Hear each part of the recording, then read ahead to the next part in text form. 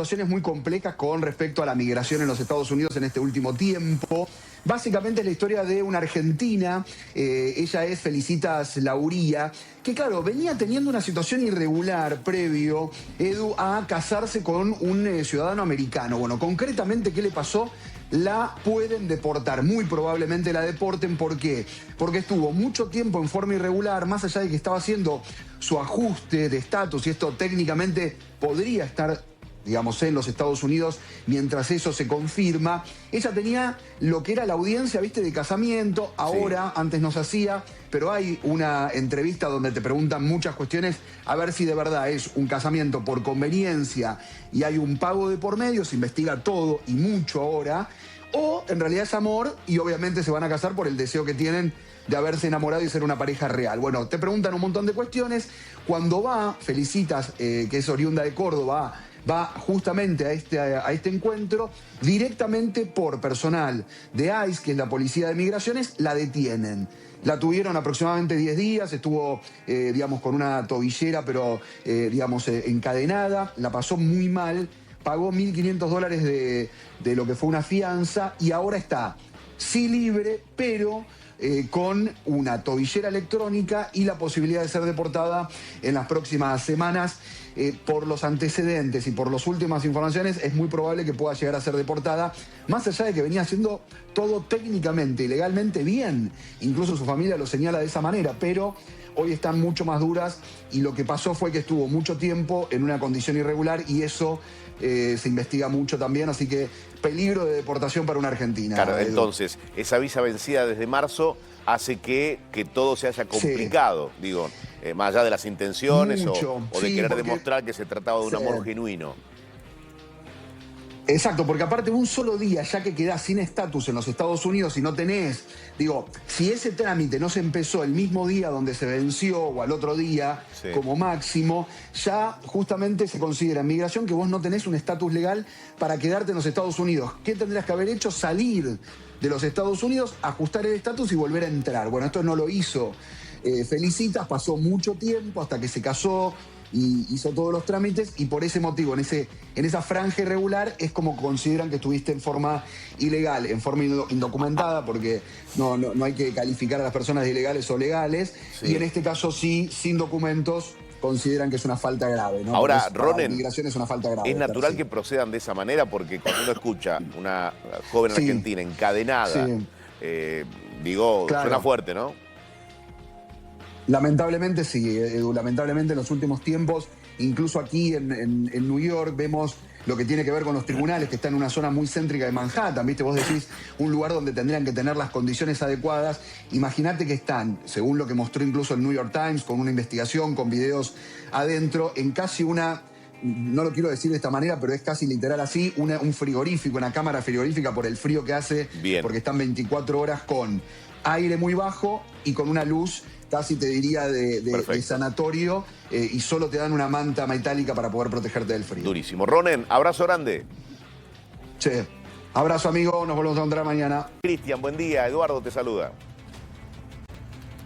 ¿Qué tal, Eduardo? Un abrazo grande. Acá estamos en un día tradicional en Europa, el Boxing Day, para muchos países europeos, el día que se le da libre a la servidumbre después de lo que es el banquete del 25, con muchas noticias. Después, al final del informe, les contamos un poco más del porqué de este día y cómo se celebra, pero dentro de las buenas noticias que damos en los últimos días del posible acuerdo de paz, hay escaladas nuevamente en el sector militar.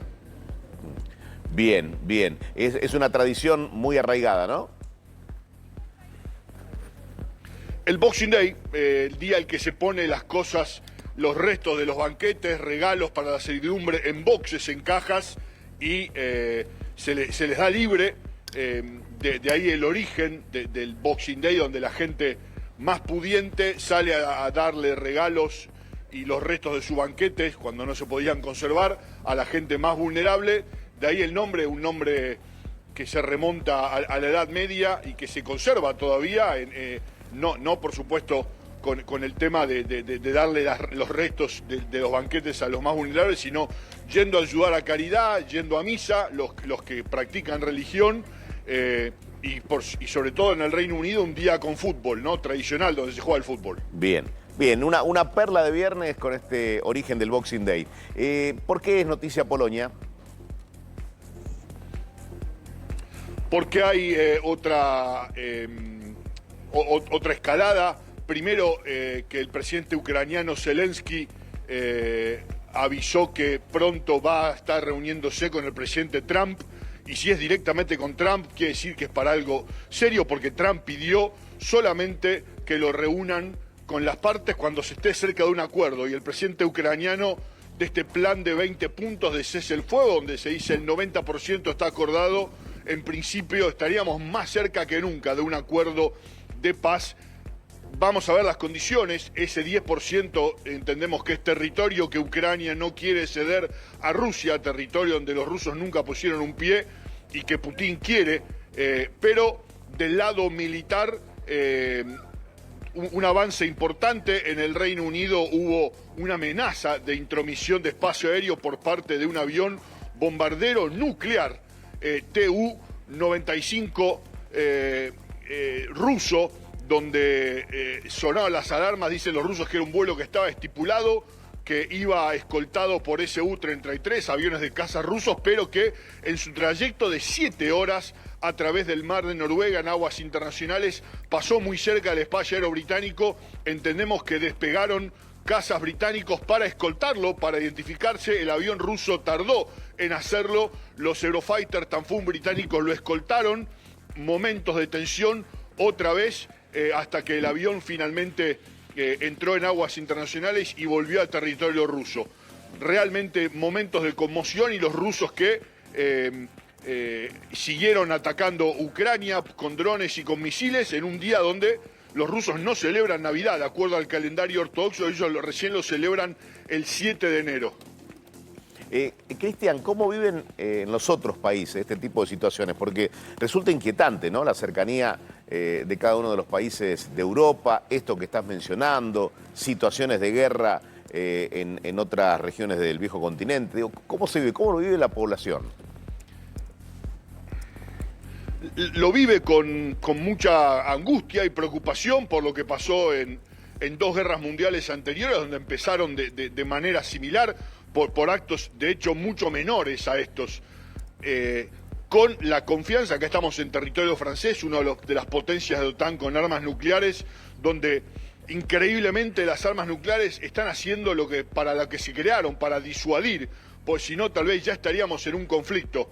Es una situación donde Rusia es una amenaza permanente, y donde las generaciones anteriores lo comparan con lo que pasó en lo que fue la Gran Guerra, que después se terminó convirtiendo en la Primera Guerra Mundial, cuando inició la Segunda, y Europa y estas tierras francesas estuvieron viviendo entre escombros y comiendo lo que podían durante muchos años, y sufriendo y marcas que han dejado a estos países europeos que todavía perduran. Por eso quieren aprender de los errores anteriores y no volver a equivocarse. Lo de Francia, con el restablecimiento de la línea directa entre Macron y Putin, es importante. Macron, un tipo con muy poca credibilidad en el ámbito internacional, pero tiene armas nucleares, tiene submarinos nucleares. De haber un conflicto, los submarinos nucleares franceses serían fundamentales en el esfuerzo de la OTAN. Pero si me decías cómo vive esto la gente, te cuento la siguiente noticia. Significa otra nueva preocupación del lado de los polacos, que tienen frontera con los rusos y con los bielorrusos, sobre todo con territorios de Kaliningrado, de Rusia, donde la Fuerza Aérea Polaca dice que interceptó un avión ruso en espacio aéreo polaco y en el Báltico, y refuerza su seguridad en la frontera con Bielorrusia, un aliado con Rusia, donde los polacos han denunciado en las últimas 12 horas intromisión de globos de reconocimiento y de inteligencia rusos, desplegados supuestamente de Bielorrusia con intenciones meteorológicas, pero después escaló esto cuando un avión ruso, entendemos que era en un Ilyushin 2 20M, fue interceptado por F-35 de la Fuerza Aérea Polaca. El avión también tardó en identificarse, momentos de tensión, y terminó desapareciendo en una de las tantas intromisiones marcadas de cancha, si querés llamarlo a lo criollo que Rusia le hace a Europa. Bien, la verdad que una excelente descripción. ¿Puedo hacer un viaje al centro de Francia? ¿Con qué me encuentro, Cristian? Aquí en Nantes, con lo que es el hogar de Jules Verne. Julio Verne es escritorio francés del siglo XIX, que escribía obras como 20.000 leguas en un viaje submarino, o Viaje al centro de la Tierra, o La vuelta al mundo en 80 días. Un poco el padre de la ciencia ficción, Eduardo, te diría. El hombre que, a través de sus obras, anticipó lo que se vendría, aviones, aeroplanos, es increíble, drones, anticipó absolutamente todo, la del desarrollo de los globos y de elementos de la tecnología que en su momento parecían de ficción, pero terminaron siendo real o muy cercanos a lo real. Bien, bien, bien. La verdad que sí, un adelantado. Se disfruta mucho leer a Julio Verne o releer, ¿no?, alguna de sus publicaciones, de sus libros. Un inspirador de tantas generaciones, un símbolo de esta Nantes que tiene también, vemos pasar cada tanto unidades francesas en uniforme, imágenes que no se veían desde hace mucho tiempo, Eduardo, pero bueno, acá hay una base militar y ya lo hemos dicho en varias oportunidades que las Fuerzas Armadas francesas están en permanente alerta, obviamente para aprender tal vez de los errores del pasado.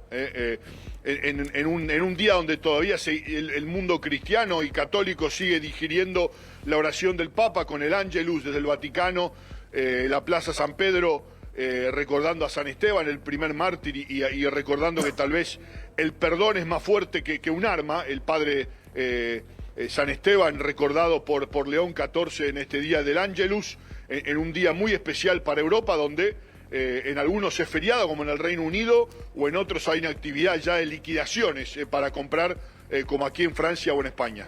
Bien, bien. Me muero por preguntarte si lo de Julio Verne es cerca de allí donde estás vos. Le puedo mostrar algo, pero técnicamente a veces es muy difícil.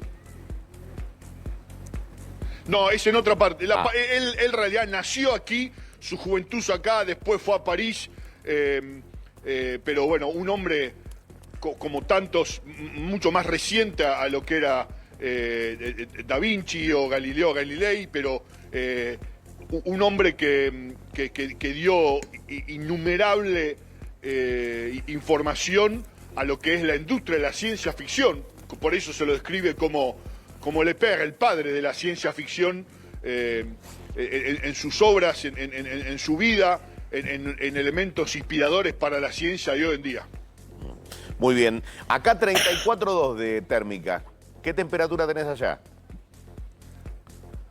Acá tenemos sensación térmica -1 en Nantes. Ah, bien, un día para tener ¿cuántas prendas? 5 o 6 prendas. Y fait froid, como dicen los franceses, está fresco, hay que ponerse varias capas, es el secreto para combatir el frío. Cristian, como siempre, muy interesante todo lo que nos has contado. Abrazo grande. Con algún croissant y más tarde por ahí con un coñac, ¿no? Mirá, bien francés. Es un buen plan, ¿eh? Buen plan de viernes. Para más tarde. Gracias, Cristian. Abrazo. Hasta luego. Hasta luego. Hay información.